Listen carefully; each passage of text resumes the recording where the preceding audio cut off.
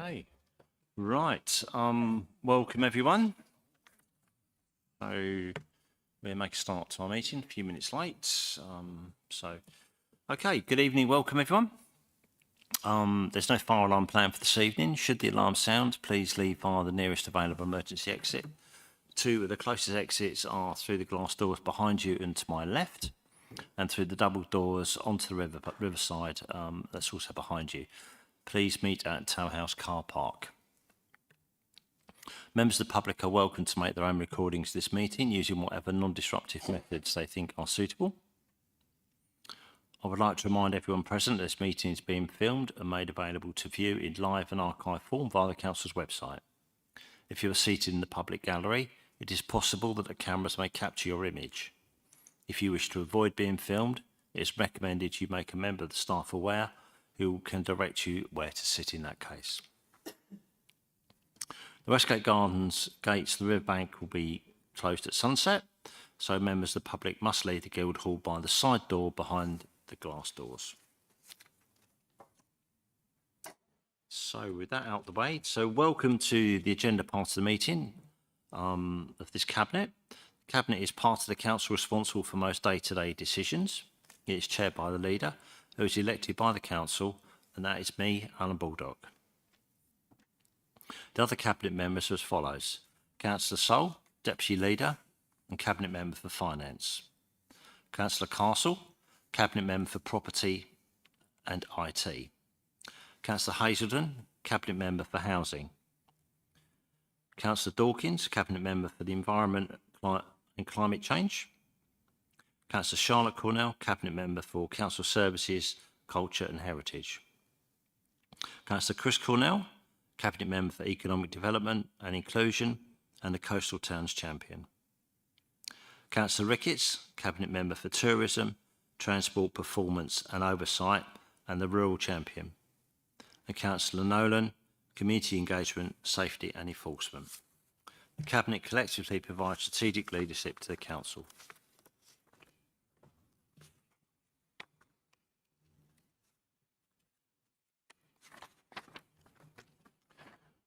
Okay, so first thing, apologies for absence, Lauren. No apologies this evening, Chair. Excellent. Two, declarations of interest by members or officers. Anyone already logged anything on? Oh, we've got none in advance, Chair. Okay, Councillor Castle. Thank you, Chair. Item 11, I'm also a Littlebourne Parish Councillor, so I'll step aside for that item. Thank you. Okay, that's fine, that's understood. That's the one about parish grants, isn't it? Okay. Okay. And Marie, yeah, Marie. Just to declare that I'm a director on the Kenninghall board. Thank you, Chair. Okay, thank you for that. Chair, I'm also a director on the Kenninghall board. Okay, so both of you. Blimey. Okay, never mind. Okay, thank you very much for that. If we're happy with that, that's fine. So three, any announcements from Cabinet members want to make tonight? So I'm going to go left to right as I see it. So Councillor Ricketts and then Councillor Nolan. Thank you, Chair. A very brief announcement. You may have seen some of the issues regarding the seating outside the pubs in the Butter Market that were in the press recently. I understand that it's an ongoing issue in terms of the number of seats, and that'll be going back to the Planning Committee. However, it did come to light that during that process, the licence for the outdoor seating area had expired. Before everything else is sorted out, we have today issued an emergency licence to Shepherd Neame for the pub, and that's with them for signature today, so hopefully they can continue trading with the outdoor seating area, and hopefully the weather will help them with that as well. So well done to the licensing team for putting that through, and I'm sure there'll be more updates on the wider issue as we go on. Thank you. Oh, thanks for that, Alex. That's good news indeed. Connie. Thank you. Just two items. First of all, I was very privileged to be present at a joint ops on the 31st of March with the Environmental Agency, KCC Trading, HMRC, Canterbury's Enforcement and other agencies. And it was a perfect example of the way that partnership working is so good. I actually did get the officer from the Kent and Medway Police and Crime Commissioner to say on record that he actually thinks that Canterbury is the best partner to work with the kind of operation that was going on. So what was going on? It was the police were pulling lorries and other vehicles off the road that looked like they had dodgy tyres or were overladen or whatever. And there were, as I say, multi-agencies there looking at each aspect of it. I can say a local tyre firm did very good business. And I was very pleased that sort of unsafe vehicles were coming off the road. Also, what was being checked was that the waste lorries, whether the manifest actually matched what was there. And I'm sorry to say that in many occasions the manifest didn't match what was there.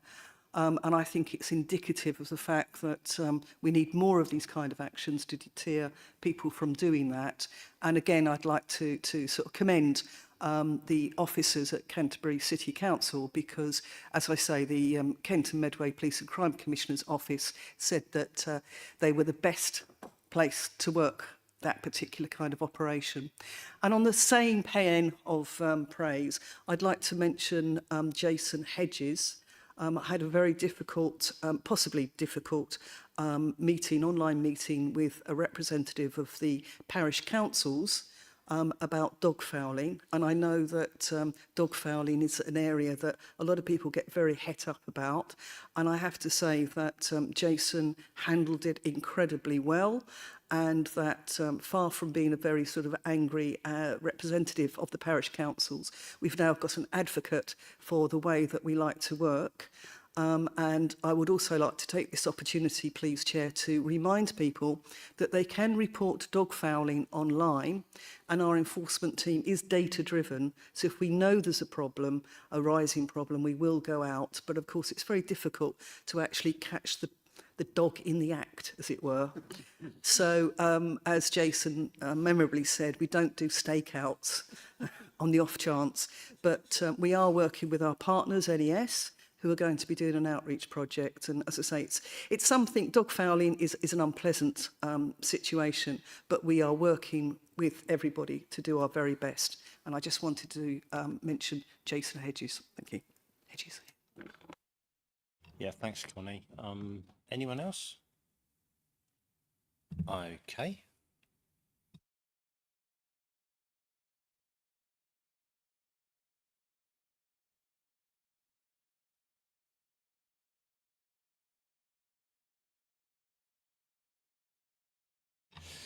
It's 2 sets of minutes. We've got no speakers. Okay. Oh yeah. Excellent. Yeah. Okay. So we don't have any speakers. That's for public participation. That's item 4 on our agenda. Item 5 is minutes from the meetings we held on the 16th of March and the 18th of March, and you will recall that week in your life, I'm sure, for a very long time. So 2 sets of minutes. One was the obviously local plan. One was the sort of general meeting of the cabinet in a much more normal sense of the word. So, are we happy to approve those minutes as being a good record of what we done at those meetings? Thank you for that. So that's approved by consent. Okay. So, I think, can I just get a second for? Seconded, Chair. Yep, thanks. So that'd be for both meetings, Mike, yeah? Yep. That's good. Fine. Okay. So if we're happy with that, then we've confirmed that by general assent. Yeah, agreed. Thank you for that. That's good. Right. The next one is references from committee, and the committee that we're particularly interested in this time is the Overby Committee that met on the 26th of March. I did actually attend that meeting. It's pretty impressive meeting, quite constructive and well argued and well put together meeting. So I'd like to thank the chair of that meeting and every single councillor that was on that meeting. It was a useful event, I think, and we reflect a lot of that through this particular piece of decision making this evening. So most definitely. Has anyone got any more comments on that to make? Okay, so we note that again by general assent that being a reasonable reflection of that meeting, and the welcome the benefit of their advice and wisdom from that meeting. Thank you. There's nothing in the part I of the agenda. That's items to be considered with public participation in this particular meeting. So we're straight into part B, which is the part of the meeting where we don't have public participation. And before we start this particular bit, I'd like, if possible, with your agreement, Cabinet, to change the running order so that we can make the evenings a little bit shorter for some of the officers. And we're here to the end anyway, but we won't hold that against them. So I think it's just more logical if we can do that. And also I think we can still reflect between many of these items as we go through. So the new order would be item 7 first, that would be the PSPOs. Followed by item 8, that's the one on the consultation, that's the draft consultation strategy. Then Mel's item number 10, that's the net zero one. Then the cultural strategy, that's item 9, that's with Charlotte. And then to finalise and really bring the whole meeting to a end will be the parish grants at number 11, that's for yours, Mike. Are we happy with that new agenda order, and officers okay with that? Yeah, thank you for that, that's absolutely good. So I think we just have to agree that by mutual assent, I think. Is that okay? Yeah, happy with that. Thank you for that. Okay, so let's get straight onto it then. So PSPO, item 7. So, right. Okay. So if I get you, Connie, to introduce this item. Okay. And obviously ask the officers to make contribution there as well, and then to resolve to read out what we're going to resolve. That's the option that we agree on to debate. So option 2. Okay, so over to you, Connie, please. Thank you very much. Thank you, Chair. The public space protection order for the coast. I always know that public space protection orders have a certain degree of tension. And I actually think that's quite a good thing, because it means that all views are looked at. I had a concern, and I still have a concern, that the coastal order has expired. And that is nothing to do with any of the officers, and it's to do with the tensions that are around it. And the discussion is around, sort of, should we have the existing coastal public space protection order, which actually expired on the 31st of March, with a short consultation and moving forward on it. But the overview committee discussed it in great detail. I also was at the overview committee, and I took detailed notes of what was said. I think it's fair to say that they themselves weren't of one mind, that there was a lot of discussion around whether it should be the option 1 or the option 2. But as we now know from the minutes, it's option 2 that sort of won. And I think it's really important that as Cabinet members, whatever our personal views are, that we listen carefully to what the other councillors talk about. I know that a lot of people feel that there is over-regulation in a public space order. And again, I know, because people knowing my portfolio will come up and give me the benefit of their wisdom on what should be in it anyway. But that's one of the things, as I mentioned, it's a tension. And I think that tension is actually quite healthy, because it means that we look at it in the broad sense. So before us today, we have the idea of, option 1, which, as I say, I was concerned because option 1 would be the quickest way to make sure that we had a PSPO in force. But very much the view of the other councillors was that we should take more time. And I know that the officers came up with the idea of a seaside code of conduct, And so during the summer months, we will have this seaside code of conduct. And I will be very interested to see whether that approach works. I'm not going to argue that we needed all 14 things in there. We didn't. And that period of shorter consultation would have taken care of that. But I am minded to listen very carefully and to go along with the views of the overview committee, because otherwise why would they exist if we didn't take any notice of them? So we have a situation where we can look at it more in the round and explore more possibilities. And it is, of course, a bigger piece of work for the officers to do. But one of the things we'll be looking at how it's managed in other areas. I read somewhere that the British coastline is one of the sort of continuous longest ones with the islands and so forth. So we'll have lots of, I think, examples of good practice elsewhere. And I think it's important that we take our time now. It's been decided that, or it has been suggested by Overview, that we should take our time now and go with option 2. And I think the important thing to remember is it is the safety of our residents. So the PSPO orders are around ensuring safety, not particularly pettifogging rules, but very much the idea of everybody understands what. So option 2 talks about sort of having more positive messages that go out. Option 2 talks around the idea of, not being rule-bound, but actually welcoming people. And I will be very interested to see the research that the officers do. So I leave it now with the Cabinet to discuss whether they want to go with option 2 or option 1. Thanks, Connie. Laura, do you want to add some context to that? Would be helpful if you can, just to sort of really make it absolutely clear where we're going from on this one. Yeah, of course. So as Connie said, obviously the existing PSPO lapsed, and what we've been looking at are these two options of going out to consultation now. Now, any consultation will have to be a robust consultation. Any PSPO has to have a solid evidence base. And for us, the question is what that base is. We can go now and get that evidence based on people's perception of the current situation. We are very mindful of the issues that we experienced on the coast last year.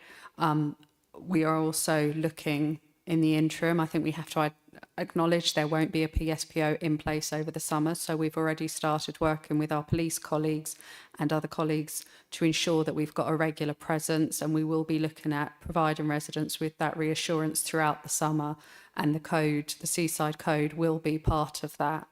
I think it's also worth noting many of the issues we had last year were with younger people who the PSPO couldn't be affected against. So it is a question of us looking at what the issues are, being able to pull that evidence base together, and doing a consultation which really asks the right questions to deliver what the residents of the coastal areas want, considering the geography, because that's a matter that has been discussed at different points. Currently, the coastal PSPO runs through from Herne Bay through to Whitstable. The question may be, do we need to have different PSPOs for the different challenges we've got in the different coastal towns? Again, those are things that we could pick up in any consultation, but it is a question for Cabinet as to how you want us to approach that, and whether we do some early engagement work with residents to build that consultation, or whether we go to consultation now and work on based on the information that we have. And to be clear, we do have a lot of information now. It's not a question if we can't do that. We do have solid information, and we work with our police colleagues to pull that all together. It's simply just how we manage the summer period. Okay, thanks for that. A couple of points that I remember picking up on that was obviously the geography. Like the park in Herne Bay, for argument's sake, is not part of the PSPO, whereas many of the issues were in that park last time. A good example of geography, of course, and the other bit is about the young people, particularly, are not covered by PSPO. So two things that I think concern us greatly, and concern the overview committee as well, was mentioned there as well. So, Connie, do you just want to propose to resolve option 2. So we can, if there's anyone wants to make a debate after that, then of course they can do. If not, we'll just go to the vote.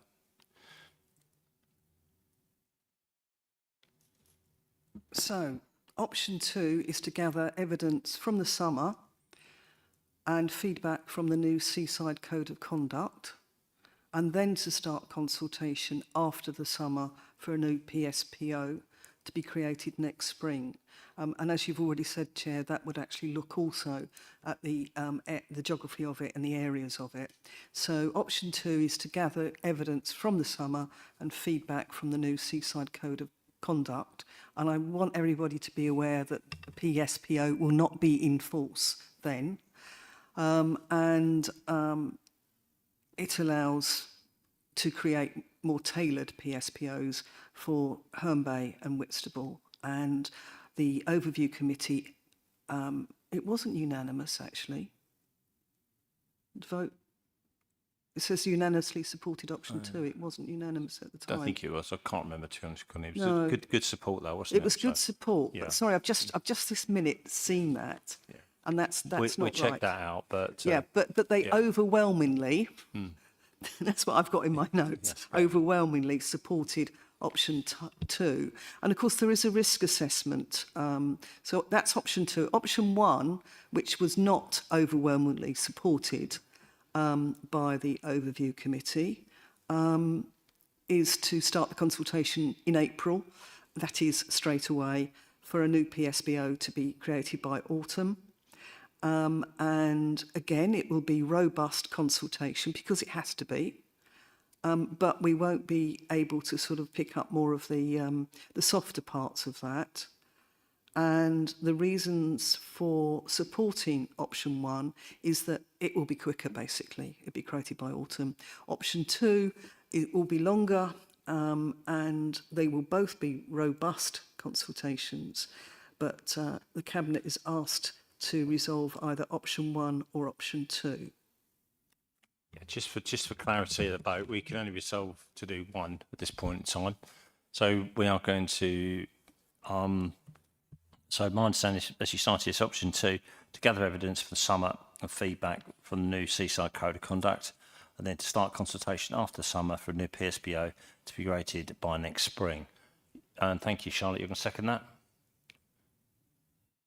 No, I don't, Chair. Okay, but can I we want just to have a ask a seconder for question that, on the please? wording. Yeah, we can we have just a second on the wording of that? Okay, thanks for that. Thank you. So, yeah, Pip Hazelton has seconded it. Now we Yeah, can amend anything seconded. we need to. Charlotte, go ahead. Well, it's a question. It's potentially an amendment or it's a question because it's a binary choice here on 1 or 2 that we're being asked to make. But both assume that a new PSPO will be created. And I wondered, the wording. I feel the wording does suggest that in 1 and 2, and that a consultation would have to allow for the fact that there may not be a creation, because otherwise it wouldn't be a fair consultation. That's a valid point, actually, to be truthful. On whether, in that I think is, can we just tweak the wording on that bit? Yeah, it's a good point. Well done, Fart. Thank you for that. Yeah, I think that's the assumption that we all had, but it's not there, is it? Yeah, no, that's a really good point. I mean, if we're all happy with that, then we'll tweak that, then that's fine. So that's what we're going to resolve to do. So does anyone make a comment about that? Should we just, Chris, was it? Okay, thanks.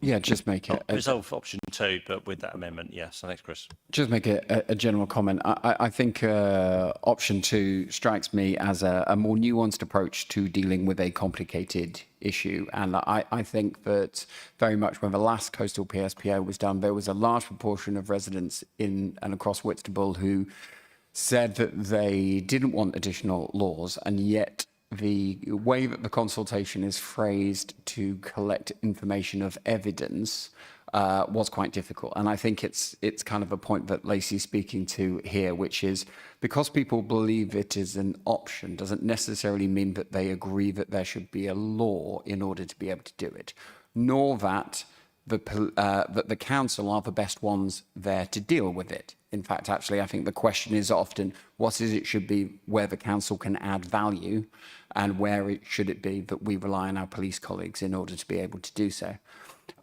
There's obviously been a lot of tension around the coast, and I sat in on that meeting with Herne Bay residents last year. But I think the key thing here is that the issues increasingly are amongst young people under the age of 16 for which the PSPO does not apply. And so it's a very sensible question to say, should it be the primary way in which we solve a problem? Or rather that we tell the public that we are solving the problem when we know ourselves it can't. And I think there's lots of evidence in this report about really good kind of proactive partnership working. I know, for example, like Sports Connect were out doing engagement on the coast considerably earlier than they would have normally already been. The soccer arena was up last Thursday, wasn't it? And that's all kind of like it's good evidence. I think also the feedback from the police about the geographies changing, I think, is also particularly relevant.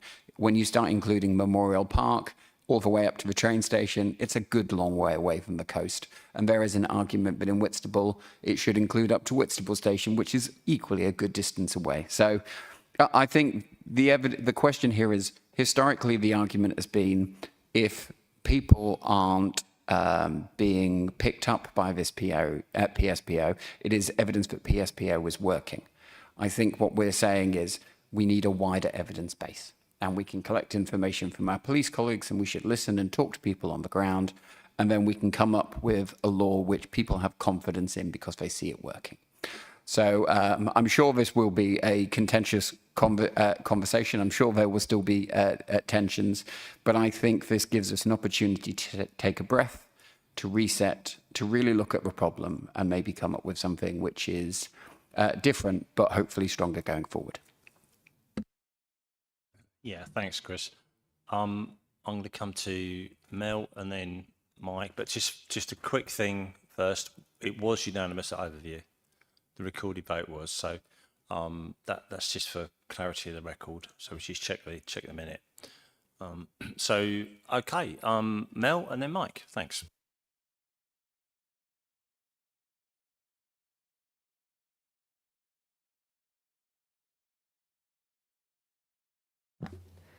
Okay, thank you. Yeah, just a quick one for me, but I just feel that it's a sensible thing to do, to take a bit more time over it and gather that evidence that we need. And the fact is, if we did go with option one, it's not going to cover us for the time that we probably need the most, which is the summer, because we know from you know, like in terms of other coastal towns, they have a different type of, you know, issue that is is pretty much summer based. In Canterbury, for example, the tourist season is kind of all year round, so you always have the same amount of people sort of milling through and all that sort of thing. But in the towns, it's like fairly quiet over winter, then suddenly loads of people turn up in town. So I feel like there is the need to get a different type of evidence base. Personally, I feel that, you know, it's good to have a sort of standard set of rules. It's like I always see it as the lowest common denominator. There's always probably going to be one person that needs to know what the rules are, what the boundaries are. It doesn't mean you have to have 14 of them, but I just feel like you kind of have to have them there. And to me, SCOs work the best for that, because you need to know what the guidelines are, all the rules, and what happens if you don't follow them and what the consequences are. And then that lowest common denominator, for some people, they just need that. But if we go for option two, which I'm in favour of, it will explore all of those options, and hopefully we will get the best one for what we need. So I will be voting for option two. Thanks, Mike. Thanks, Mel. Mike, over to you. Thank you, Chair. I'm pleased we're going forward with a seaside code of conduct, because I do think it's very important that we still let people know what they should and shouldn't do and how to behave. And some things might seem, you know, quite innocuous, you know, whether or not you should have a disposable barbecue on the beach. Now, if I saw a sign saying I shouldn't, then I won't. And I'm not looking for the small print to see whether or not that's enforced and there's a fine on it. but it's going to make me think, oh, I shouldn't have a barbecue here. But if there's no sign, I might think I'll have a barbecue. So I think the code of conduct and how that's drawn up is very, very important. And if it, and hopefully that will work and achieve what we want to do.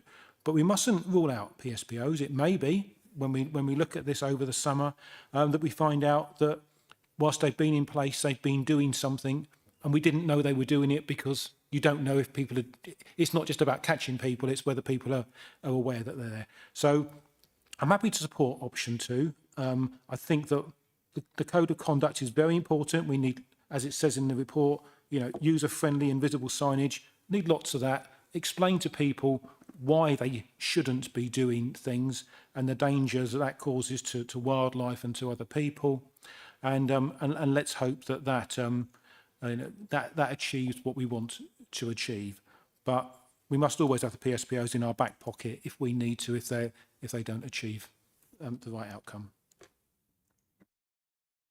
Thanks, Mike. That's fine. Any other comments? If not, we go to Charlotte. Yeah, okay, please do. Could I ask about the code of conduct, just how quickly that could be up, and if the plans are underway to get that printed and made? Are we likely to be, Seaside councillors likely to be consulted? Just a bit of information around the code of conduct. Yeah, good point, actually. I think it's, yeah. Thank you, Chair. Yeah, the Seaside Code, we would be looking to get it in for half term, the next May half term. Then it gives us a good run to pilot it and see how it works. Yeah, that sounds right. I think we can look at that as a draft and then have a little tweak as the summer goes by and see how it goes as well. Connie and then Chris. Go on then, Chris. Sorry, just picking up on the Seaside Code of Conduct. I know it's something that neighbouring authorities have had for some time. I've seen the Thanet version, and I think that Forestry Services are kind of interested also in the idea about situational signage. So, when you're in the countryside, for example, there is the countryside code, but they tell you to lock a gate as you go to a gate. And I think that actually, to be honest, not only coming up with something which is broad, but really just thinking about where we advertise things. We don't necessarily need to tell people about the risk of tombstoning in every place where they can't tombstone. For example, that's something which has got a very clear space. So I'm sure that coastal councillors would be interested in being able to give some evidence as to the locations of problems as well as the specifics on them. But I'm always struck by the fact that the Countryside Code has existed for ages. We all got taught about it as kids. The countryside is a large area which, similarly to our coast, is difficult to enforce, and you can't have a police officer on the edge of every field. And so as a result, it's a different type of approach, but one which is quite well respected and understood by people. Yeah, thanks, Chris. I mean, I'm going to be moving on to consultation in a minute, and I think this is a classic example of this early intervention and co-partnership working, isn't it? It's exactly where we can start to use this new strategy to build on that, which is pushed it around the room, haven't we, really, today already. Connie, next. Yeah, I do apologise, Chair, that I said it wasn't unanimous. I was just looking at the vote. They did it a weird way round. They took option 1 last, didn't they? And that wasn't unanimous. And I think that's what I actually wrote down, so apologies. But what I wanted to say, and I'm glad that Chris has mentioned it, what the overview committee particularly expressed as concern was around catapults, jet skis, tombstoning, and pleasure craft. So I think that's really important that that's covered in the code of conduct. And I do apologise, as I say, I had written down a vote, but obviously the wrong one. There you go.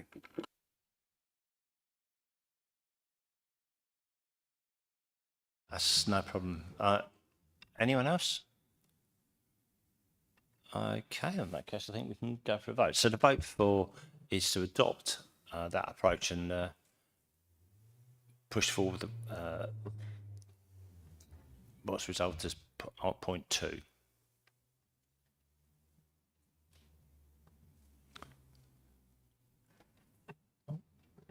All right. Okay. That's carried unanimously, Chair, with 9 votes. Okay, be right with you in seconds.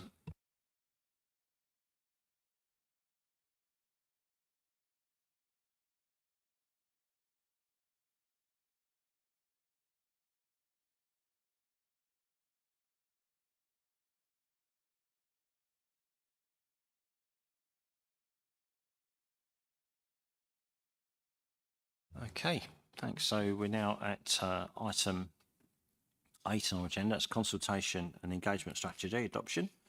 This is a report put together by Peter Davis as lead on it, and Leo Whitlock, Head of Policy and Communications, and Leo's with us here today, and he'll be adding a little bit to that summary of the report before we vote on the strategy. So this is a point to resolve. So if we agree this tonight, then this will become the strategy that the council will be following from here on in. I guess most of you, well, I guess you've all read that document. It's a pretty good document, and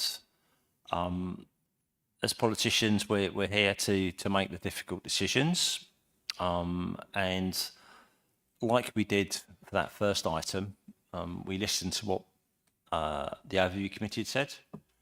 We listened to a lot of councillors, what they'd said about that, and I can think of loads and loads of things that we've done in the last few months, particularly where that's happened.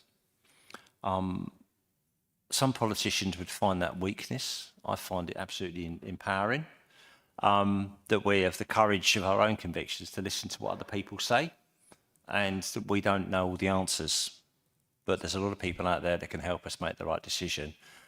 And I've always welcomed, and I feel it's been built into our DNA of this administration, that we listen to what people say. It doesn't mean to say we always have to go with what a lot of loud some voices say sometimes, but it does mean that we've listened to it, and people need to do that. Looking at some of the facts in that report, it's about half the people have lost trust in the consultation, and whether it makes any difference or not. And that's really a shame and really disappointing. But that doesn't mean to say we don't keep trying. What it does mean to say is we probably need to up our game. And I think this is really what this document hopefully starts that joint path towards as well.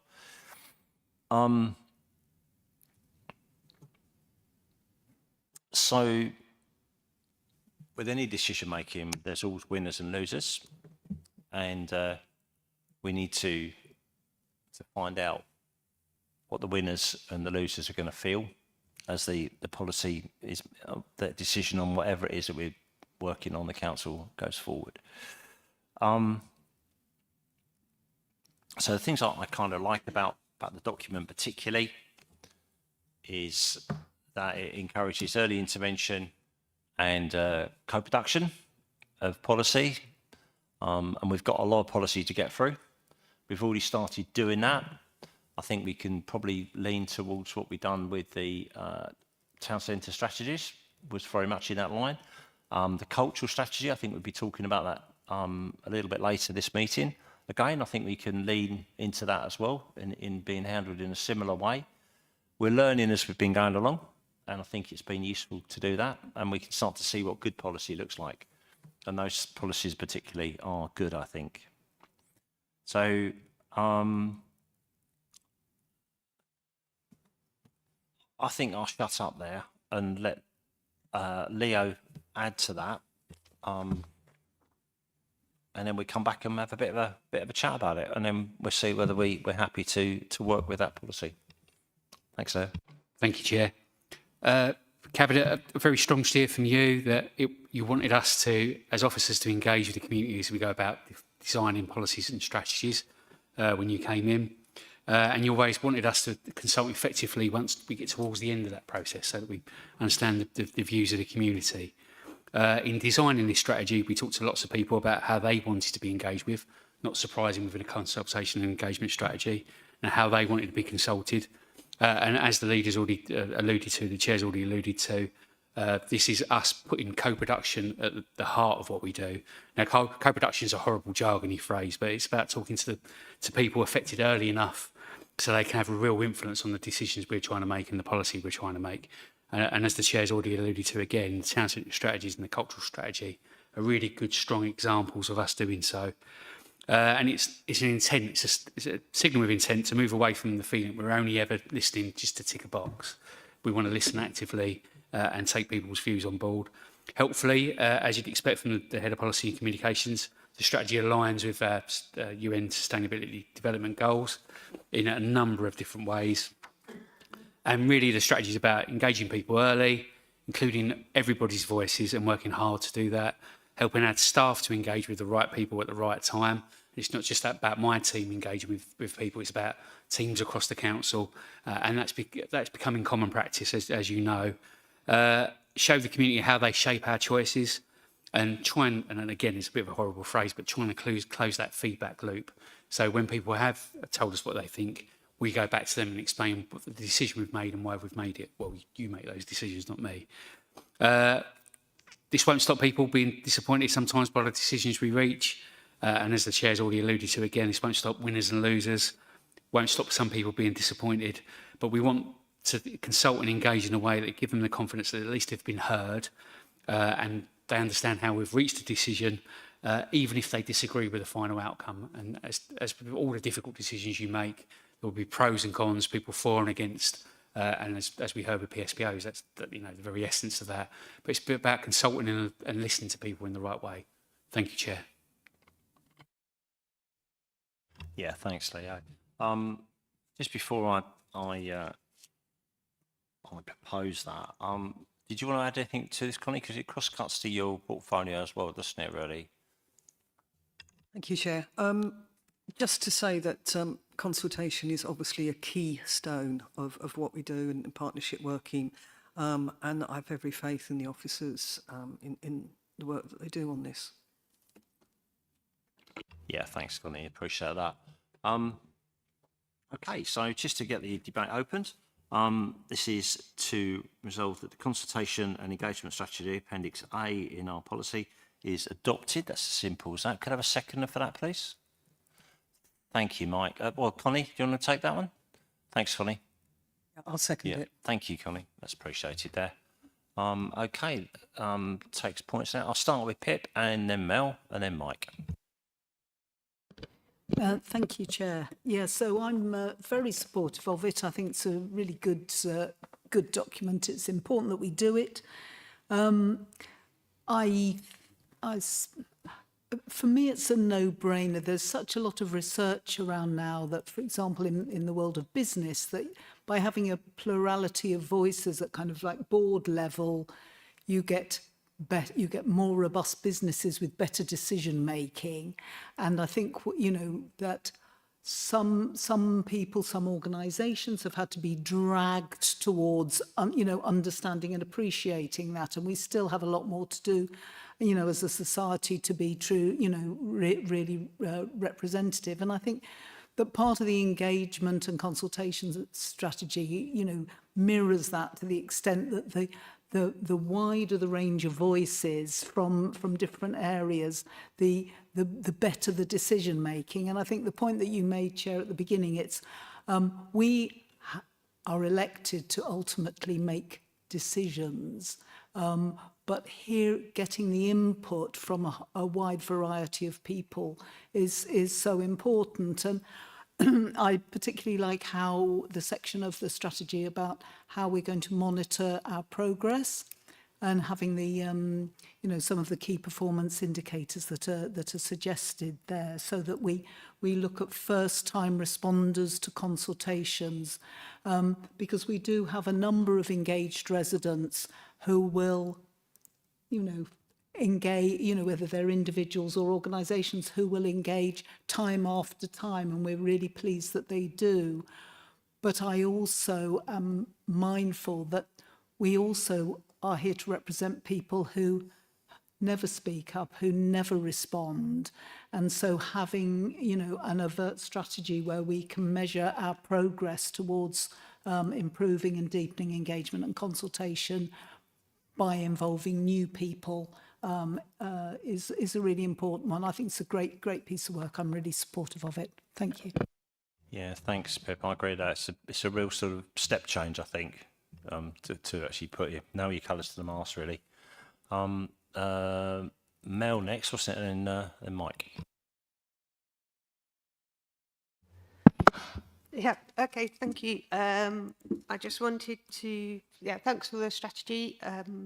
I just wanted to sort of pick up on the co-production thing that you've been talking about. And yeah, I know it's kind of quite a sort of buzzy, trendy word and all that, but I think it's fundamental to where we want to go as a council, and being a Labour and cooperative councillor, as well as yourself, Alan, and a couple of others here as well.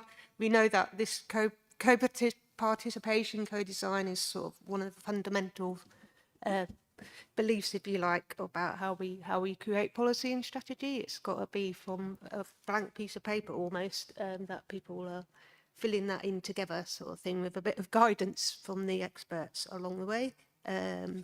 I guess what I wanted to ask was, in the objectives, I did read through it, and yeah, even though it has got co-participation written in there quite a number of times, it wasn't like a title, if you like. It was kind of added in the middle of a sentence rather than the start of the sentence. So if you know what I mean, I'm not really explaining myself very well, but like so in the objectives, just to ask a question, it's just, you said, it says, in objective 1, it says, it's a second bullet point, develop a set of co-production principles to guide how we work with communities. So at the moment, you haven't got the principles developed, so I was just wondering how those are going to be developed and how they're going to make sure they're put in the strategy. Are they going to be put in at a later date? So to make sure that it's actually there in black and white, sort of thing, rather than something we're going to do at a later date. That's my kind of question. Go on now. Thank you, Chair. I think we'll have to co-produce the co-production principles. So we need to talk to those people that we don't really reach, and we've got some really big projects coming along the line. We've got CGR, community governance review, the debate around town councils for the unparished areas, local government reorganisation is coming along the line. So we need to do a piece of work really quite quickly to understand how people want to engage with these big changes that are coming down the line, and the best way for them to engage. So we need to co-produce the co-production principles. But co-production is at the heart of this whole strategy. It's woven all the way through. So I take the point, it's not got its own heading, but it should be every page you turn, every corner you turn, it should be there, co-production, working with people to design policy and come up with the best possible policy we can. Thank you, Chair. Yeah, no, that's fine. I think I can see where Mel's coming from. I see where you're coming from. That's almost the point to say that, this is a piece of work that you'll be doing for the next year, probably, to actually work out how this can be done effectively.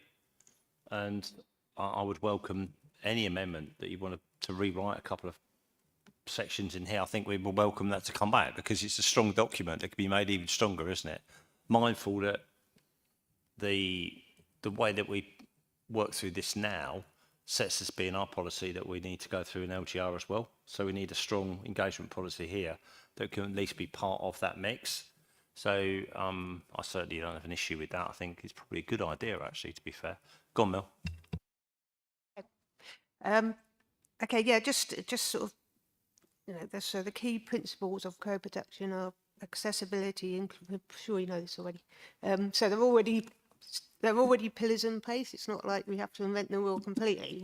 There's the principles of co-production there will be. So it's accessibility, inclusivity, equal involvement, and feeling like you're valued and your voice is heard and stuff like that. So that's kind of what I'm talking about. Those principles, not the ones that, not a new set of principles for that particular.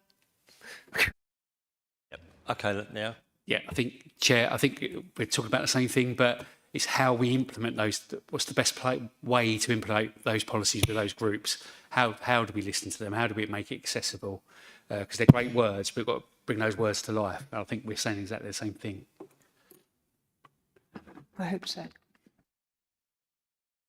I lost it. I should have jotted it down. It's Mike next, isn't it? And and then Alex. Is that right? Okay, and then Connie. Okay. Thank you, Chair. Consultations aren't about having a referendum on every decision that we make. 39 of us were elected and we're there to make decisions, but we don't know all the answers and we don't even know all the questions. And to be fair, nor do all our officers, which is why we have to consult on things. The point of consultation is to give us as much evidence as possible so that when we do make a decision, we are basing that on as much evidence as we've got and that we know how people feel about the decisions that we're making. Sometimes we have to make unpopular decisions. That's the role. But the most important thing is that we reach out and get as many people as possible to engage in the consultation process, across all methods, looking at all demographics and giving people the opportunity to reach out to us as we reach out to them and let us know what we think and what they think. So I'm very happy that we're going forward with this. I think it will make us think more as we carry out consultations, that we will be able to listen even better. And we've got a very good record of listening. It does seem all we've been doing is consulting since the election, certainly things like the local plan or things like the annual parking reviews. They're great examples of where we do listen and where consultation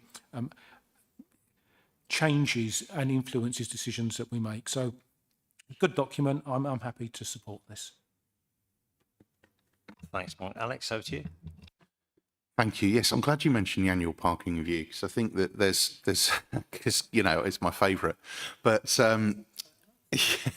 but I think that we do a lot of this really well, and I think that a lot of this document is embodying principles that officers in particular, but I think we as councillors actually we already carry out a lot of our consultations this way, and it formalises a lot of the approach, and I think it has been noticeable, the change in the time that I've been attending this chamber, that the City Council is better at telling people it's listening. I think it always wanted to listen, but I think that there was perhaps a slightly more adversarial approach in the past. And this one, I think, goes further to actually getting to that point of doing things with people rather than doing things to people, which I think had been the attitude in the past. And I think, as Mike said, we do want to hear from people. We do want to work with people. And the earlier you can work with them, the better. And I think timing within this is key. There's a lot of stuff happening very quickly over the next few years, and it's going to be really difficult to give the time that co-production takes in a lot of those cases. But where those principles are there and we can do it, and I think this document really does make sure those principles are there wherever possible. It's so important for people to understand what the choices are that we end up making those decisions. That was horrible, wasn't it? We end up making those decisions for the choices that are in front of them, that when we do consult with people, that this is the choice that has to be made. This is the evidence available. What are your views on that? And these are the areas. And almost that case of saying this is the exam question. And I think with the annual parking review is a really good example where we do that once a year. It gives us the time with a lot of those to go out and really, really consult with people. In some cases, even knocking on everybody's door in those areas to get really good feedback. And more often than not, and it doesn't always work as we've seen, but more often than not, the feedback we get from all of those different areas is really strong, and there's a lot of buy-in, and actually things move a lot more smoothly when you've got that kind of really strong consultation. So I think this is a really good document, not just in terms of the practical steps it takes, but in terms of really, I think, embodying the principles that we all want to see really, really well. So thank you for putting it together. I'm thoroughly supportive. Yeah, thanks, Alex. Connie? Yeah, I'm very supportive. Just a couple of things that I just wanted to sort of talk about. I think we have to make sure that we get people where they are rather than expect them to come to us. That's an important one. I hang around a lot of places now where people congregate to judge opinions, and it can be anything from the local food bank pantry to the pub, indeed, yeah. I can't walk into a pub in Canterbury without being accosted by several people to talk to me about dog fouling and littering. But it's important that we think things are important, but sometimes we are an echo chamber. And Mike sort of, mentioned this. I think the fact that you had to put out, Leo, a notice about the fact that we are not having elections this May shows that, at some level, people will be listening to other messages and not hearing the local ones. So that's really important. And the other thing that I wanted to say is the good old marketing principles that you have to say the same thing consistently to people 5 times in 5 different mediums before they actually realise that they're being contacted about something. But you know all this anyway, Leah, so it's fine. But I just wanted to go on record to say that we have to be careful not to be an echo chamber, and that we have to make sure that just because we're terribly interested in something, other people don't necessarily even realise it's going on. Thank you. Fantastic. Anybody else? Go on, Mel. Coming back for another part of the joke. But yeah, just in terms of the, I'm sort of really keen on it because I nearly did get a job where I was working in this kind of environment, and it was working with people with learning difficulties and special needs. So, and there's a lot of work that goes on in the NHS now about that, about, their whole experience of accessing like care from the very onset. And sometimes you miss things that you might not have thought about. And it's really, really important that you do that word accessibility and inclusivity is really, really considered when we do, if we really are going to take this on and put co-production in the centre of this strategy, it really has to, we have to make sure we really access everybody, and that's people with special needs, disabilities, genders, race, blah blah blah blah, everything, and it's really, really got to be really, really in there as well. So I just really want to make that point. Yeah, thanks, Mel. I mean, that's a point that we would endorse as well, I think. Did you want to say something, Chris? Thanks. Yeah, just kind of going to Leo's point. I think some of this takes time. And I think the thing we need to appreciate is outside of our echo chamber, right? Trust in politicians is really low, right? And part of that is effectively because they see us make decisions which they disagree with. And there are times when there have been consultations and people have been told that a consultation isn't a referendum, right? And I understand what some of that frustration is. I think the key thing we're saying here is that consultations aren't referendums, but more importantly, from our point of view, consultations shouldn't feel like a referendum. And if they do feel like a referendum, it's because engagement has failed, right? Because you should be engaging with people early, that they understand that a complicated decision is going to have to be made at the end. They always might not necessarily agree with it. But that's the key distinction here. It's not just a consultation strategy. It's about engagement and how you regularly have conversations, because we may want to continue with co-production, but we still have, kind of set frameworks for how we consult with people and how long something's got to go out for an opinion on.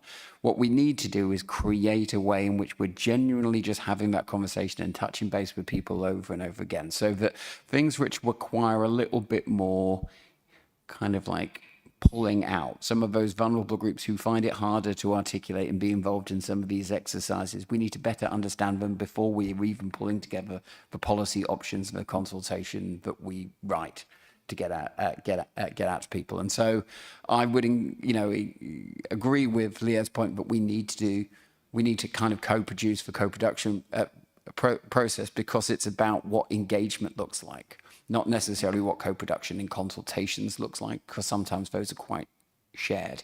And we've failed, I think, if people feel that consultations are referendum, because we need to be there earlier.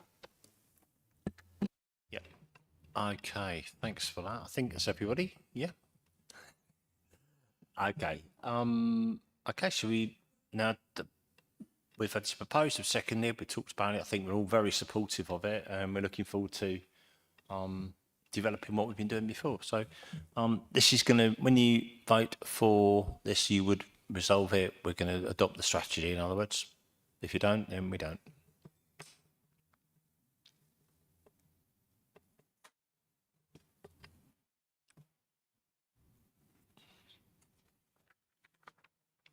That's carried unanimously, Chair, with 9 votes. Okay, that's good. So no pressure now, Leo. It's just and the team. So that's great. Thank you for that. So okay. The next is the Net Zero Adoption Action Plan. Again, this is something we can resolve tonight. This is with Cabinet Member Mel Dawkins. We'll be introducing the item in a moment or two. Leo's here as well because his department touches on this as well. So Net Zero Adoption Action Plan. Over to you, Mel. Okay, and we've also got Penny Bramwell, the Senior Climate Officer. I'll leave you to fly from here. Go on. Okay, so yeah, just to give my spiel at the beginning and then can pass on to Penny and Leo if they want to add any more. But we declared a climate emergency in 2019 unanimously. And since then, the Council has committed to playing its role by reducing its greenhouse gas emissions as quickly as possible. And also since then, we've had a new administration and we actually created a new portfolio role for climate change as well. So don't I know it. As it says in the report, the scientific evidence shows that we need to keep up the pace if we are going to limit global warming to 1.5 Celsius and adapt and build resilience in our communities. So since the last action plan, 21 to 2030, there's been significant progress, and I just want to give you a couple of, well, you should have seen in the report and the roadmap some of the achievements that we've had so far, such as the decarbonisation of the Kingsmead Leisure Centre, partially funded by the Public Sector Decarbonisation Fund, and also working alongside Active Life. Then we've been investing in switching to hydrogenated vegetable oil for the council's refuse fleet, which will reduce emissions by a hefty 90%. So that actually is one of the largest emitters in our council's operational emissions. Still quite a lot more work to do there, but that's we're having a work doing something about that now.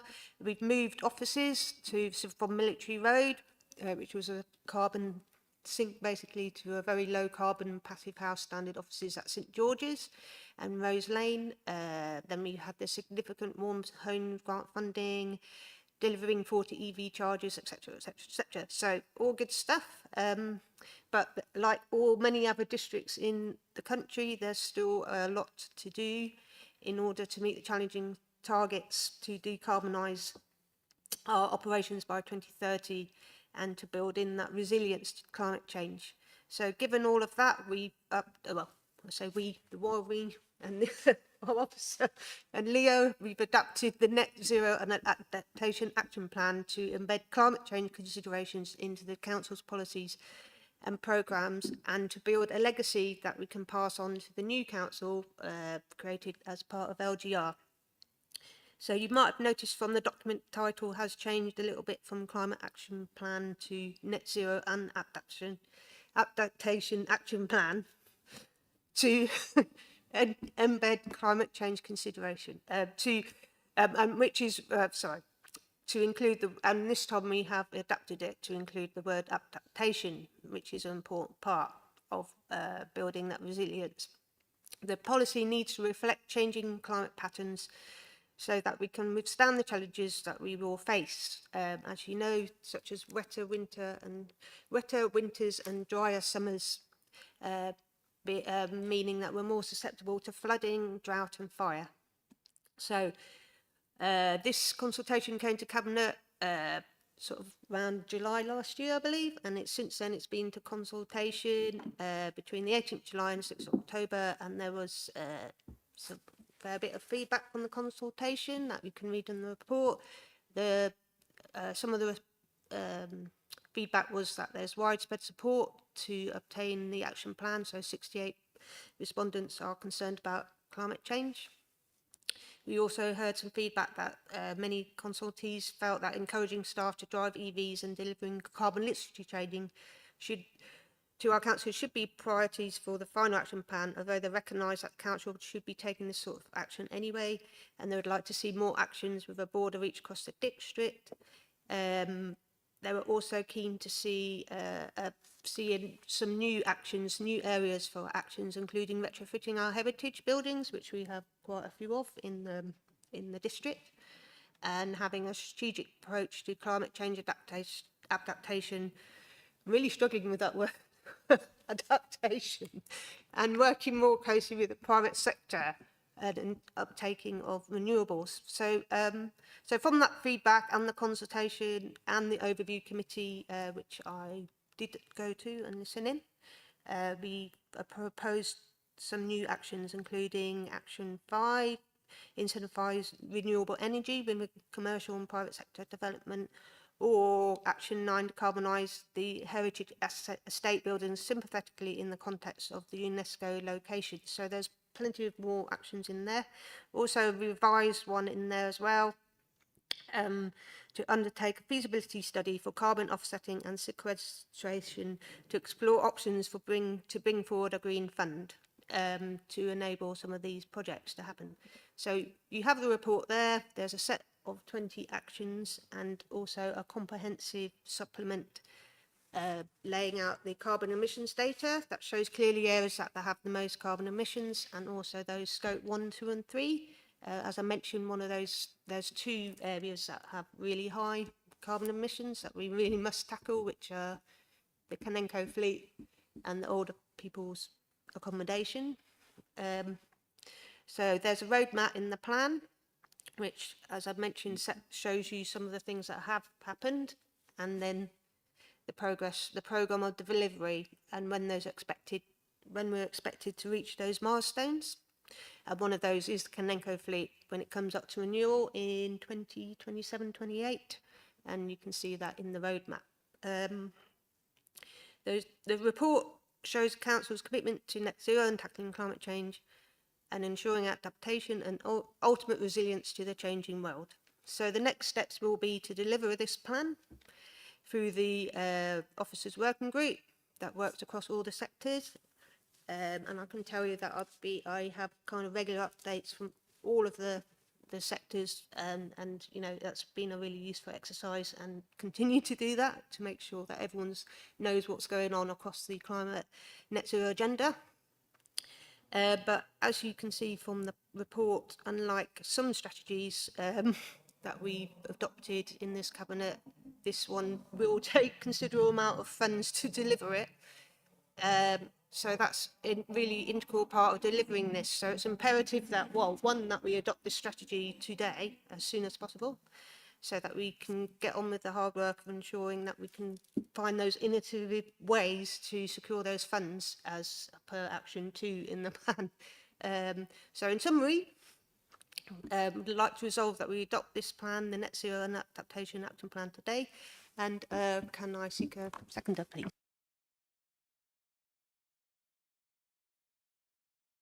Seconded.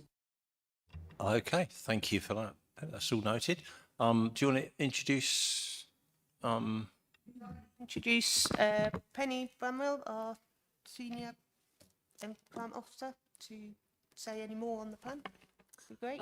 Thank you ever so much, Mel. I think Leo's got a few words. The only it's not part of the action plan, but it will support the action plan, is that we are also in the process of commissioning some work with Laser and involving the Carbon Trust in rebaselining our carbon emissions and developing a KPI that we can report on regularly to make it much easier to see where we are at any point. Thank you. Okay, thanks for that, Leo. Thank you, Chair. It'll come as no surprise that Councillor Dawkins has ticked off most of the bullet points on my piece of paper in front of me.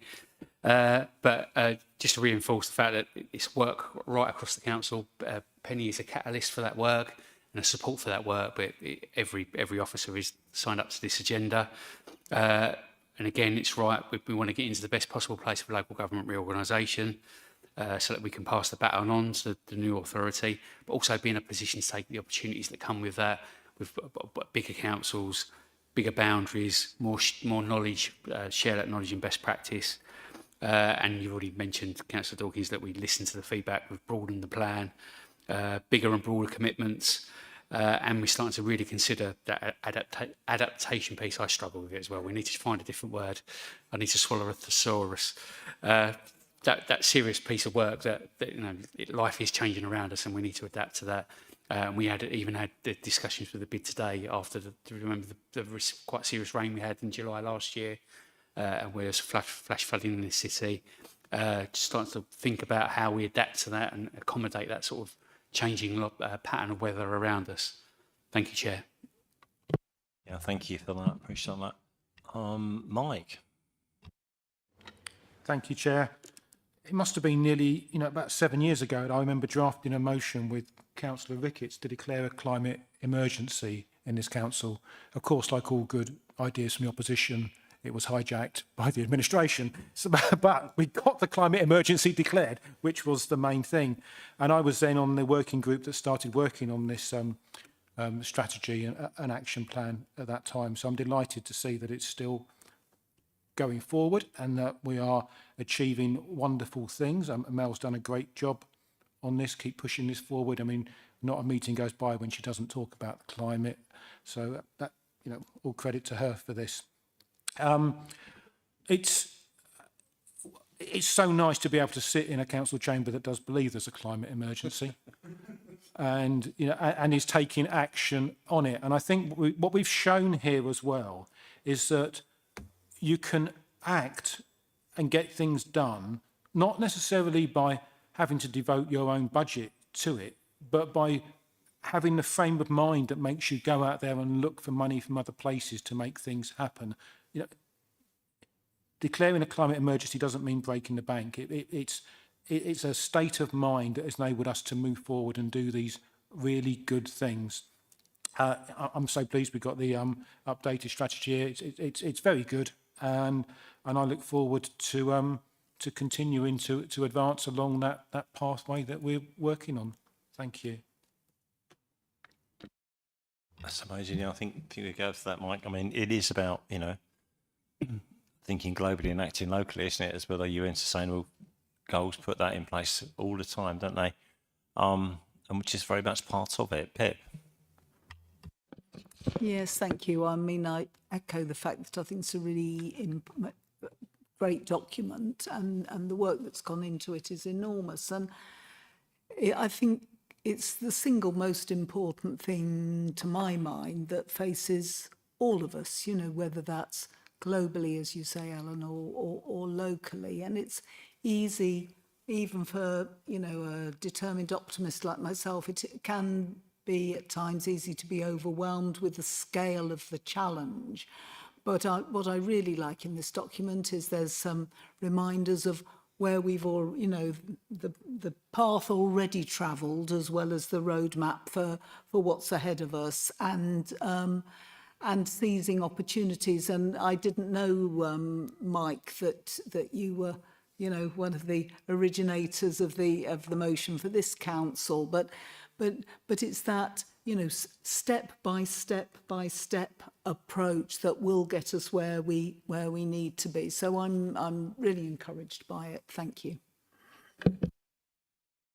Yeah, thanks, Pip. That's a really good point, actually, because I think that is the encouragement you need, that you've actually made progress. There's more to do, but we've got there. I think that's really important. I think that should be helpful to staff as well, I think, shouldn't it? Let's make sure we send that out as a message, positive message, that it's their work that's got us thus far, really. So that we'll do that, I think. Connie. When April, with its showers sweet, has pierced the drought of March to the root. Well, of course, we didn't have much of a drought, did we, in March? And I think, echoing on from Mike's point, it is important that we recognise that the seasons are changing, that the climate emergency is such that we need to take things very much to heart. And I completely commend this paper and support it. I also prick my ears up at the flash flooding, Alistair Brady and myself walked around with the KCC people and carefully explained to them that Canterbury is a basin. And basically we have like the seven hills of Rome around us, and therefore it's really important that gullyways and so forth are kept cleared and that. But it's the point that we have more severe bouts of rain. We have more severe winds that come, and we know exactly what is happening. We're not hiding our heads in the sand on this. We are facing it full on. And it's important, again, going back to this partnership working, that we are working with other people to make sure that we're not just saying this is a strategy, but actually sort of have key points that we're looking at. Thank you. Okay, I think if we're... Was it hand in hand, Charlotte? Sorry, go for it. Thank you. Thank you. It's an excellent plan. I particularly like the graphic on page 10, which I think is an immediate answer to many questions we might get in the chamber at full council. It could just be referred to page 10 in the plan.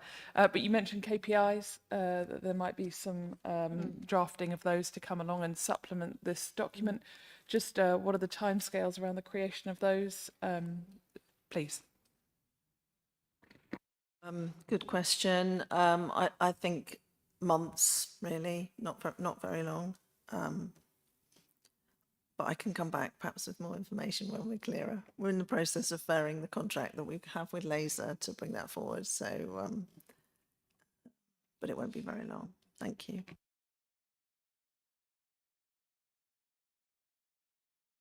Okay, that's a good point. Good question. Okay, nobody else? Okay, so to remember, vote for this is to resolve to go forward with this document.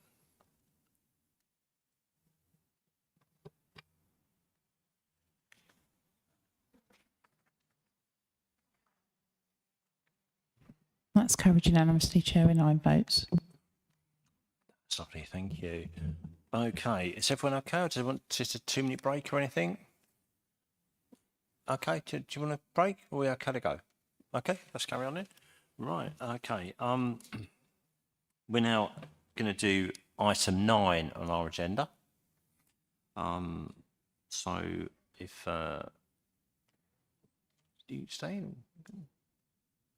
It's fine. Yeah, that's good. Okay, that's terrific. Thank you for that. That's great. Right, okay, let's chill out now. And item 9 on our agenda, that's Canterbury City Council's 10-year cultural strategy. That's the right next one, isn't it? Yeah. Yeah, so good. Okay, so we're going to consider that report. I'd like to hand this over now to Charlotte, who's going to take this report. And if you'd like to obviously work your way through that, to read out the resolution and to seek a seconder, and then open the debate, please. Thank you very much.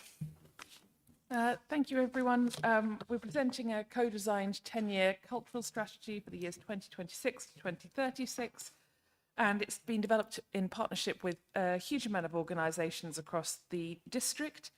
This follows extensive consultation, and I'm really proud of the level of consultation undertaking this, which began in early 2025. Early engagement took place with workshops in each of the urban centres, alongside an online evening to ensure that participants in more rural areas or those unable to attend during the day had the opportunity to contribute as well. Using feedback from those sessions, along with our existing desk-based research and an audit, we identified the key themes and ambitions for the original draft. The full original draft was shared with some of our most fervent critical friends across the district, and they were hugely they were so useful in making allowing us to gather feedback, really redefining some of those objectives, making sure that we passed the litmus test of true need, and that we mirrored the ambition of our cultural partners across the whole district. The public consultation, we did monitor it very stringently to see if there were emerging gaps in responses, and then we targeted some focus groups on those under-reached communities. And this included specific extra engagement with young people through a focus group at the University of Kent, and a specific extra engagement group with a local support network for people living with disabilities. The consultation, therefore, the process of consultation was enormously positive. And I think we as an organisation learned a lot from this process of going out into the communities and proactively remedying gaps in consultation in follow-up acts of consultation. The document itself, as presented to you here, is the 10-year strategy, aiming for the district to be a district of authentic experiences and where creativity in all its forms can flourish. We want creative and cultural businesses and organisations to drive the local visitor economy into the future. And we want to embrace both tradition, as you would expect, coming from Canterbury District, and innovation, both of which our partners already do incredibly well. And it's all about celebrating unity, absolutely, but also about celebrating and enjoying and finding the cultural joy in our differences and not being afraid to celebrate all those differences in all our colourful, joyous forms, in all our fantastic district spaces. We hope that this document, as it stands, helps us as a council and our partners and our future partners better understand what our long-term vision is for our assets and spaces. So people coming in, or perhaps people already living here, can make pitches, get funding, develop visions for spaces that accord with our own council priorities for culture across the district. This makes sure we're sympathetically all linking up, and that together we're working with the private sector and other public sector funded organisations to deliver the key aims that have been established across all those partnerships. The clear actions you'll see on pages 15 to 18, some hopefully we'll be ticking off in the next 6 months. Some, it may be 2036. But this is a 10-year plan, and it's my job as the Cabinet member here to dip into this plan regularly to make sure, and discuss with the team to make sure, that these actions are being undertaken. So it's a really strong document for me as Cabinet member to say, I know that's an action, I discuss it regularly with the team, we're not doing it yet, we're coming back to this next year, or we're absolutely doing that now, or when it comes to the budget making process, I've got a really strong evidence base to pitch to you all here for what I may need more money to do. Another reason to vote it through tonight. You'll see in those clear actions the redevelopment of the King's Hall is there to help ensure its survival for future generations as a creative hub for Herne Bay. We're establishing a district-wide cultural forum, hopefully with more subgroups in there to focus on the particular geographies across the district. Those would include creative forum hubs for the coast and for our rural communities. We want to work with the Harbour Board to ensure a creative development of land around the harbour that makes sure that Whitstable Harbour is a national destination for years to come. Reopen the Sydney Cooper Gallery to make sure we have a fantastic, thriving space that the whole community can benefit from. And of course, to support the development and expansion of the Marlow Theatre so that we can, yes, create shows and writing and experiences that are homegrown, but also that we can receive the very best touring productions, and we have the capacity to do that. Those are just some of the actions amongst a whole array of exciting actions. Also includes animating and using our Connected Canterbury funded spaces, which we're kicking off at the last weekend of May. The whole city is invited, and that's the first action in there I know I'm going to be able to achieve, as long as there's not some kind of apocalyptic hailstorm that day. But everyone, I hope you're all being spammed already on all your social media for that really exciting day at the end of May to launch our spaces, but lots more advertising on that to come. So please do vote through the cultural plan today. It's a really exciting strategy, and huge kudos to the team on delivering such a fantastic piece of work. Thank you. May I have a seconder? Thanks, guys. Yeah, I'll second it. That's fantastic. And as they say, is that all it is, Charlotte?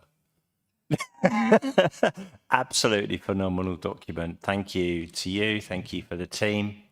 And thank you, Leo, for the consultation, which is a real launch hub of what we should be doing in consultation, really, wasn't it? We learned so much from that, and that's exactly what a good piece of consultation can come up with. And boy, we did go through some critical bits as well, didn't we? Rightly so. And it's all the better for it, isn't it? So it's really good. So thank you for that. So I'm going to go for Lee first because he was seconding, and then to Alex. Thank you, Chair. Just to echo the same comments, really great document. Lots of work. I think it's really nice for stakeholders to see some of the key things listed out, give them a bit of reassurance, and a bit like the climate emergency, it's there for the next council to browbeat them with, I think, a little bit, to make sure they continue with those excellent projects. And it's nice for people to be able to see the progress in the short term, but the long term's there. So yeah, brilliant document. Probably really downplaying it with 24 pages, 22, sorry, because it probably could have been 22,000 if you'd had your way, probably. But yeah, really good, concise, detailed stuff and deliverable stuff as well. So yeah, excellent. Fully endorse it. Thank you.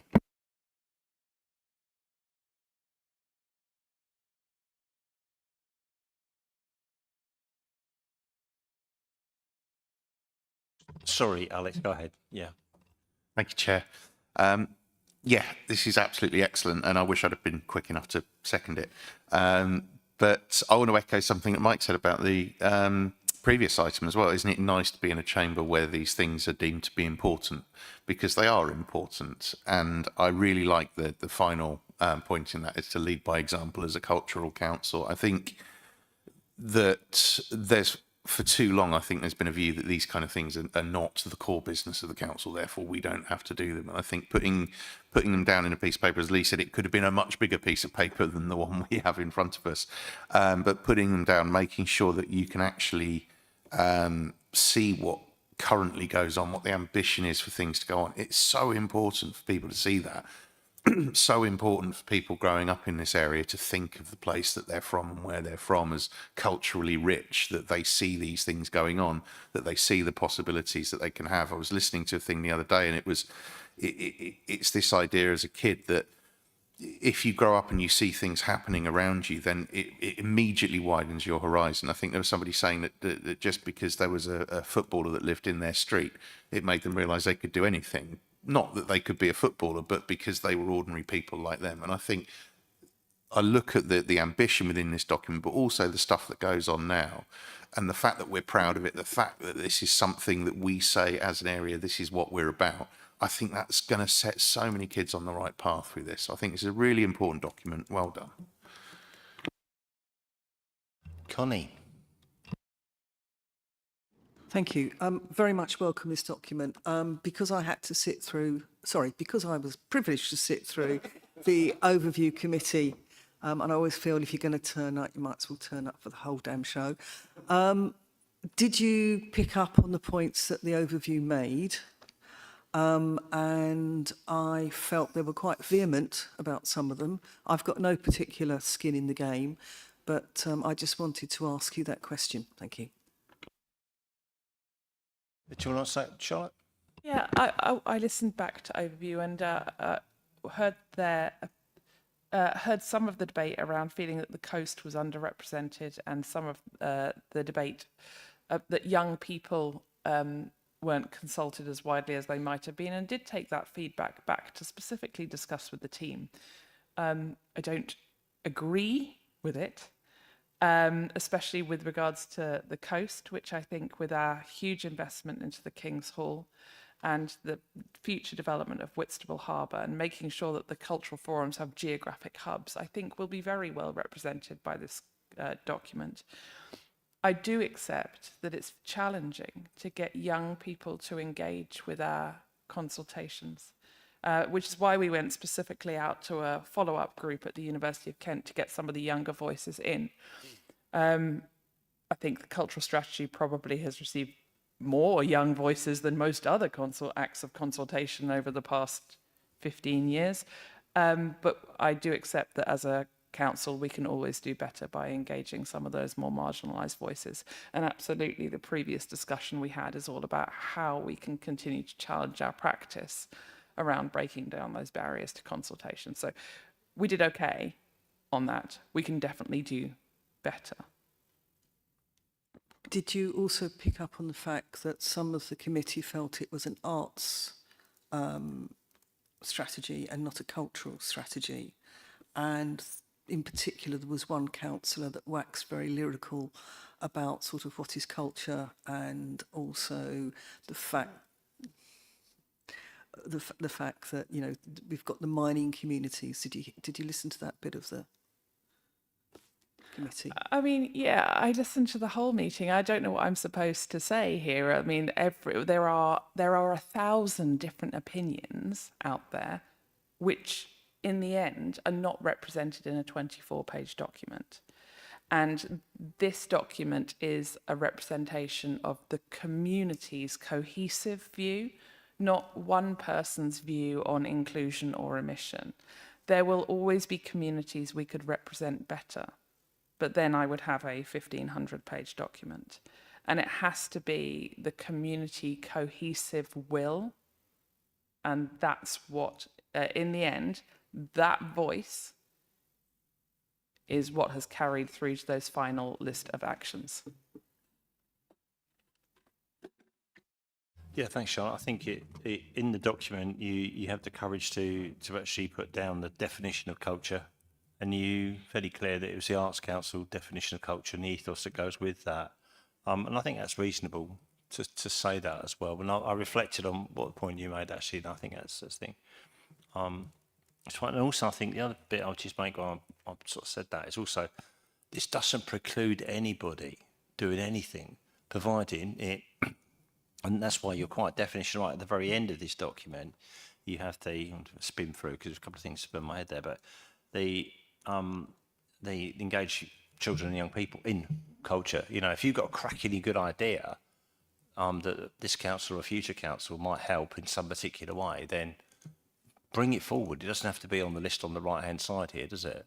And I think the document that's written in such an ethos, such a way to actually put over the ethos of what we believe in is important, or more important actually than the list of things you put in, because they're subject to time, money and expenses and possibilities that beyond any thought, aren't they? But so, yeah, I kind of get that, but I'll say that publicly because it come back. Charlotte, please do. And if I will, Chair, the document doesn't preclude any group or community from bringing forward projects that are not specifically mentioned in the scope, absolutely, or any future group. When we think about 10 years ago, we would never have thought we would have such a, you know, culturally diverse Ukrainian community, for example, creating and engaging in our spaces. And 2036 is a long way away. Things shift, things change, groups come in, and they are most welcome to make this city a cultural home of theirs. So there's no preclusion, there's no exclusion. We are very happy to celebrate new people and spaces. And actually, it's really exciting to think that we might. So yeah, no barriers drawn. I think that's an important point to make, because we have a bit, in some of the very old policies by the previous administration, there was much more of a shopping-list policy. And this is far from that, nor should it be a shopping-list policy. You're absolutely right in what you're going forward. I think it's where we got a little bit of that confusion at the Overview Committee, potentially. I'll take the criticism for that when they tell me about it later. Okay. Connie, who was after Connie? Chris, wasn't it? Sorry. Yeah. Yeah, I just wanted to kind of pick up on Alex's point. I mean, I think I read through the document and I didn't see the criticism of coastal communities were missing. In fact, I thought the imagery and the quotations were really well represented of the geography across the area. But I think that kind of as Alex reflected, it's important that this document exists. For some people, there seems to be a feel at the moment, and I don't know what it is, to kind of like run down the area that you live in. Say that effectively it's, you know, the town I live in is dead and it's not got anything going on, and kind of like woe betide me, because things are not necessarily always as they were. And again, you know, there seems to be this argument that because the council isn't doing something, it isn't physically programming it, it can't exist. And I think that that's just ridiculous. That is the approach, which means that you don't write a cultural strategy because you haven't got a ridiculously large budget in order to be able to do it. The circus is in Whitstable this week. My 6-year-old's autistic son does not sit through Jodie Comer at Prima Facie, as they are at the Marlow, but looking at the joy of children enjoying people from America and Eritrea and Canada as they brought a circus from East London into town with a £2 deal for low-income families if they wanted to come in for local schools was fascinating. And that is the story. That's what culture does. It kind of enlivens the soul. The kind of playground that you could have had down Westmeads Rec is all of a sudden a place where you can see the world and see yourself in it. And that's not about the council paying for the big top. That's for the council saying, you're a touring circus, come and use our land. Come and enrich our communities. Just say yes. And that's the thing which is about having a cultural strategy. It's putting ourselves in that game. It's saying we've got an amazing heritage here, but we've also got fantastic people. But if we don't engage in culture, if we just say, well, we can't afford it anymore, then effectively it won't happen. This is a strategy which allows Charlotte to ask for more money, but more importantly also says to our officers, let's engage in these things because they matter to people when you speak to them on the doorstep, because it's all about putting the pride back in place. Absolutely spot on. Mel, over to you. Okay. Yeah, so one thing that I kind of realised about this strategy is that we haven't had a cultural strategy before. So to me, that's like a pretty good milestone. So it's great that we got this today. And to me, the key themes in it are together, belong, value, which, you know, if you can look at the detail and we haven't got this and haven't got that, but if you don't have those key themes, we haven't got anything, because that's what culture is to me. That's what I feel that it is. And this strategy is it's like acting as a vehicle on which to foster those links and partnerships in the district to create cultural spaces where people feel they belong, they feel like they're valued, and they feel like they're together. And to me, culture is like going somewhere. You're not just going to go and pick up some, I don't know, something from the shop. Give me something. You're going to go there because you want to stick around a little bit and you want to sort of hang out, or you want to feel a vibe. And through that, you might build a relationship with the place. You might make some friends. You might, you know, take up a new hobby. Who knows? But that's kind of what it's about. It's that vibe. And I feel that this strategy, regardless of the detail and what everyone's been saying about it, and it hasn't got this one of it, it provides that vehicle just by the pure fact it's got those key themes in it, running through the whole thing. So, you know, like any strategy, it can be on the shelf strategy, or it can be, we're going to work with this and we're going to do something with it. So, you know, we hopefully we will adopt it today, and, you know, and we will be able to deliver it and keep it moving. And that's the most important thing. So, well, firstly, it's really important that we've actually got one. Two, the key themes are pretty much the whole thing about it. The most important thing. I guess, like, one question, you talked about the cultural forum. So I did read it, but then I can't find the page again. So just tell me a little bit more about how that will be put together to make sure that we get those other voices on there that we talked so much about this evening. And then obviously there's lots of grants and things that you probably know are coming down the way. And I'm not sure there will be another community pride in place coming out, but it would be fantastic if we could try and get one, if it did come out, get something like that for our district before we go unitary. But yeah,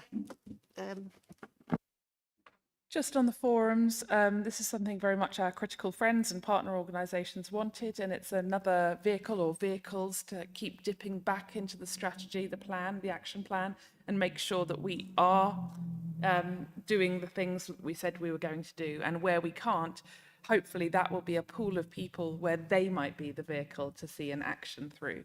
So the team are very keen to get sort of a first formal sort of setup going this autumn. And then if further subgroups are needed to tackle more isolated geographies, they can come out of the original setup. However, I absolutely think the team would be delighted to hear from any organisations that feel they would want to be a part of these local forums or feel that they represent voices that aren't otherwise being heard. In fact, we'd be thrilled. So do reach out to officers or to myself if you feel you could be an asset in that regard. Yeah, exciting news. So probably report back at Cabinet, if you wouldn't mind, Charlotte, on those groups as they're set up. Yeah, that'd be really good. Okay, anybody else? Okay, in that case, we can go to the vote and we can nudge along Ambition 6 by leading by example. So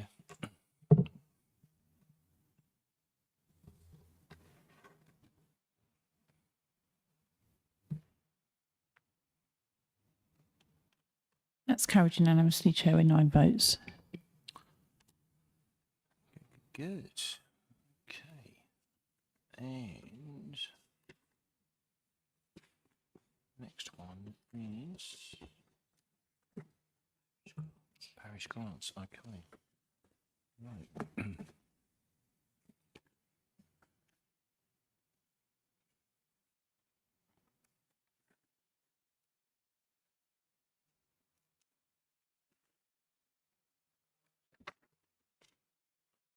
Okay. Now, last but not least, we have item 11, I think this is, isn't it? Yes. Item 11, parish capital grants, allocation of funds. So this one I'd like to ask Mike to introduce the item. If you don't mind, if you can grab a seconder and to read out the resolution, please, as well. Thank you very much.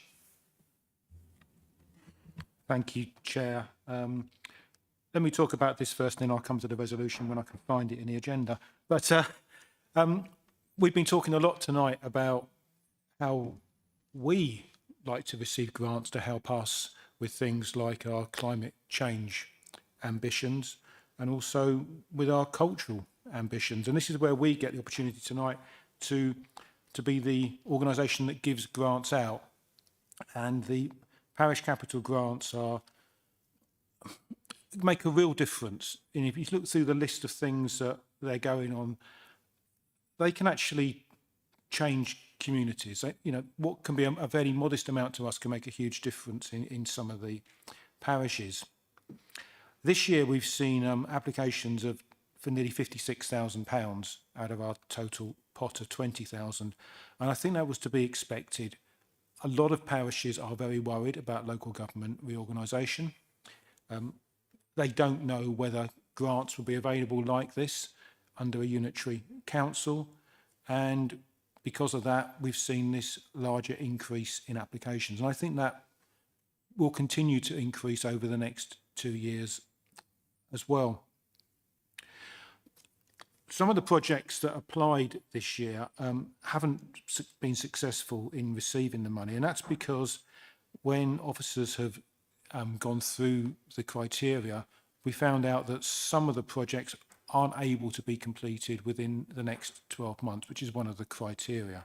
But it doesn't mean that those projects can't come forward in the next year and ask for funding then. For those applicants who won't be receiving funding this year, officers will be writing to them to explain clearly why that is the case.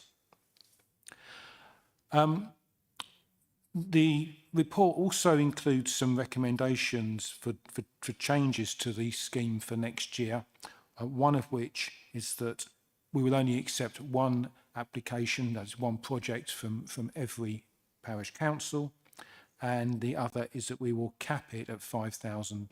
We had some quite large applications this year, and only by capping it at £5,000, I think we can be fairer in the distribution. Over the last 4 years, only about half of the parish councils in the district have actually applied for funding and received funding. So there's a lot of parishes out there we may yet see come forward with projects. This year, we've been able to give out about 15,000 of the 20, but the balance of just over 5,000 will be carried forward to add to next year's pot to carry forward. Again, all the parishes as well will be written to after tonight, if we agree this, to be told about the changes in the applications for next year, the 5,000 limit, so that they can start to plan on that in the future. I suppose finally, at the 3 projects that aren't being funded this year, there is a table in here that shows all the parishes that have received money for the last 4 years, or last 3 years, and those 3 parishes have all received significant amounts of money in the last couple of years. So not that that was a reason not for funding them, but they have received money in the past. So I can move on now to the recommendation.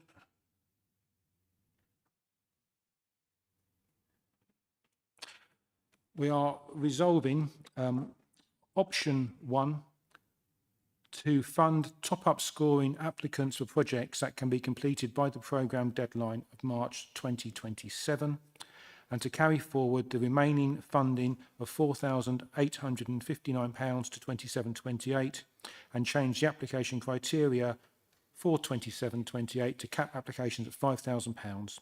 It's also proposed that each parish may only submit 1 application per round. So I'll propose that if someone could second it, please. Thanks, Alex, for that.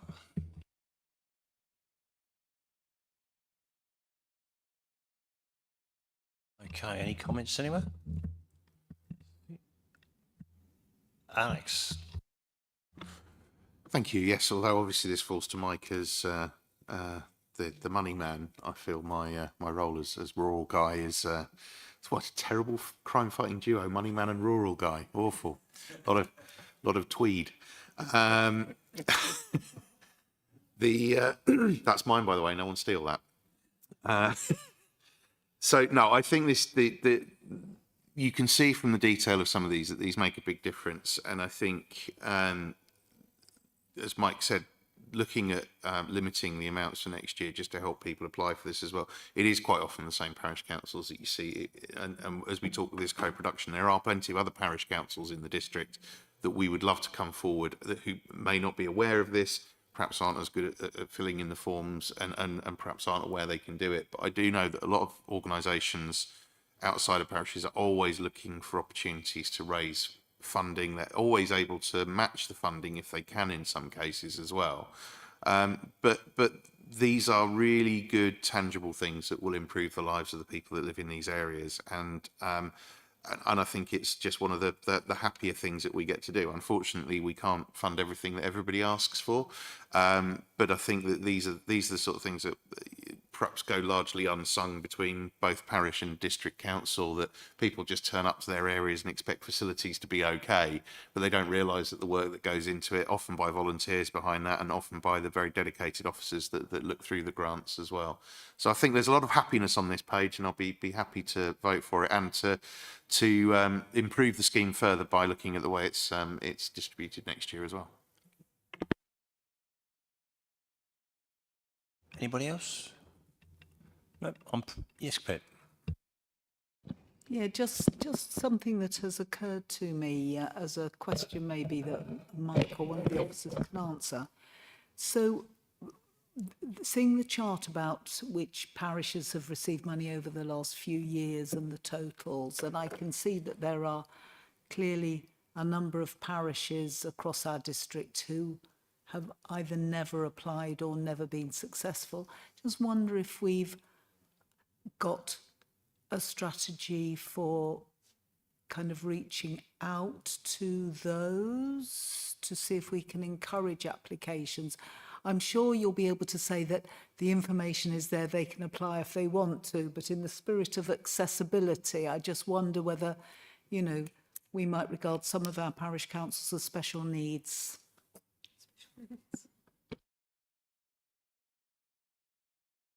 Sorry, yeah, please come back on that, Michael. Thank you, Anybody? Pip. All parish councils are written to and told about it.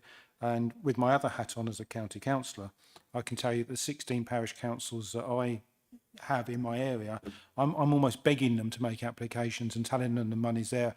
And I'm sure that Alex does the same in his. So that's a huge chunk of the parish councils covered. And I'm sure every other city and county councillor in the district does that. So some parishes don't need the money or don't have the projects coming forward, but they are certainly made aware of it. And if we get more applications, well, that's our problem for next year, working out how to distribute it.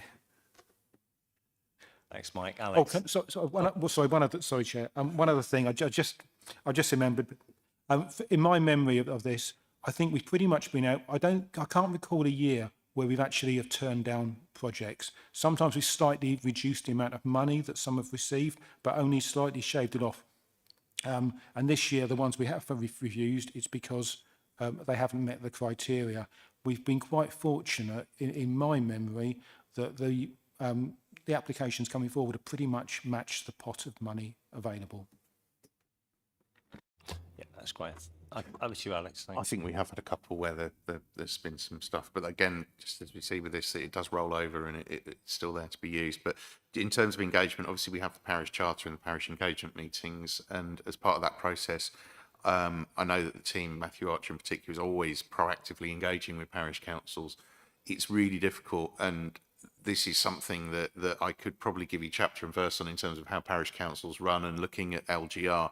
It's the parish councils that have good clerks that you tend to hear from. And if parish council has a good clerk that knows what they're doing, that's well trained, then those are the parish councils that will come and engage with things and are really good at filling these things in as well. And some of the parish councils that perhaps are a bit smaller, that don't have the time, that will have somebody acting as clerk from amongst the councillors who perhaps is working as well, then they struggle really with that engagement and just to get through what they're doing. So it is difficult, and there are different pressures on councils out there, but we do engage with them a lot on this and a number of other issues all the way through the year as well. But it is just really sometimes very, very difficult for some of them to devote the time over and above dealing with the issues that they have to deal with on a kind of monthly basis as a parish council. So we're aware that we do offer a lot more. We certainly offer a lot more support than most district councils in this sense as well. I think in some cases they're just left to fend for themselves. But it would always be nice, and we've seen this through LGR, that we have increased the number of the councils that we haven't heard from quite a lot coming to some of those meetings and engaging in the LGR process. And hopefully that will continue. But you're absolutely right. It's something that we would love to be able to actually proactively go out there and talk to them. And ward councillors are a huge part of that. So I suggest just to reiterate that message, that if you have a parish in your ward, go and chat to them and tell them what funds are available. Yeah, I think we can do that. We can have a reminder email go around to councillors, coming maybe on one of the Friday briefings or something at the appropriate time. Be quite good, wouldn't it? And also we've got a meeting, I think, as parish councillors too. I mean, a few weeks' time, haven't we? Yeah, so that's good. We can do it there as well. Thanks, Pip. Anybody else? Mike, yeah. A third bite of the show. I must also pay credit to Ali Small, the officer who deals with this, because it's not just a matter of parishes sending in the applications and a piece of paper being processed. She works with them. She helps them, with their applications, with the scoring of it, and will be there for any parish that wants to come forward with a project to guide them through this. So we are doing our best to get rid of the money in many ways. Thanks, Mike. I think we can have a shout out for Alison as well, if that's all right with you, Leo, too. Yeah, be really good from us. I think it's a wise thing, actually. It's some good work lately. That's really fantastic. Okay, we can go for a vote, and that will resolve this issue as well. Thank you.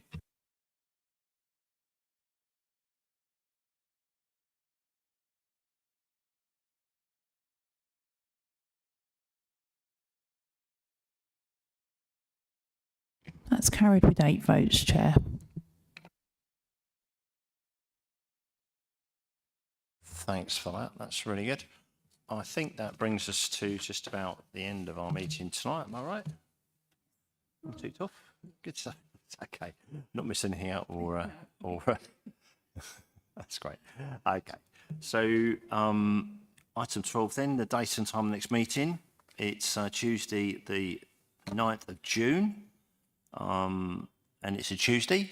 Remember, from the next round of times, we're going to be meeting on Tuesdays, not Mondays. Okay. So it's Tuesday, the 9th of June is our date and time of the next meeting, 7 o'clock. I haven't been notified of any urgent business. Anything changed on that, Lauren? Okay, we're pretty good. That's 13. We don't need to exclude the press and public, do we? So that's fine. So it just remains for me to close the meeting at 20:56. Thank you very much.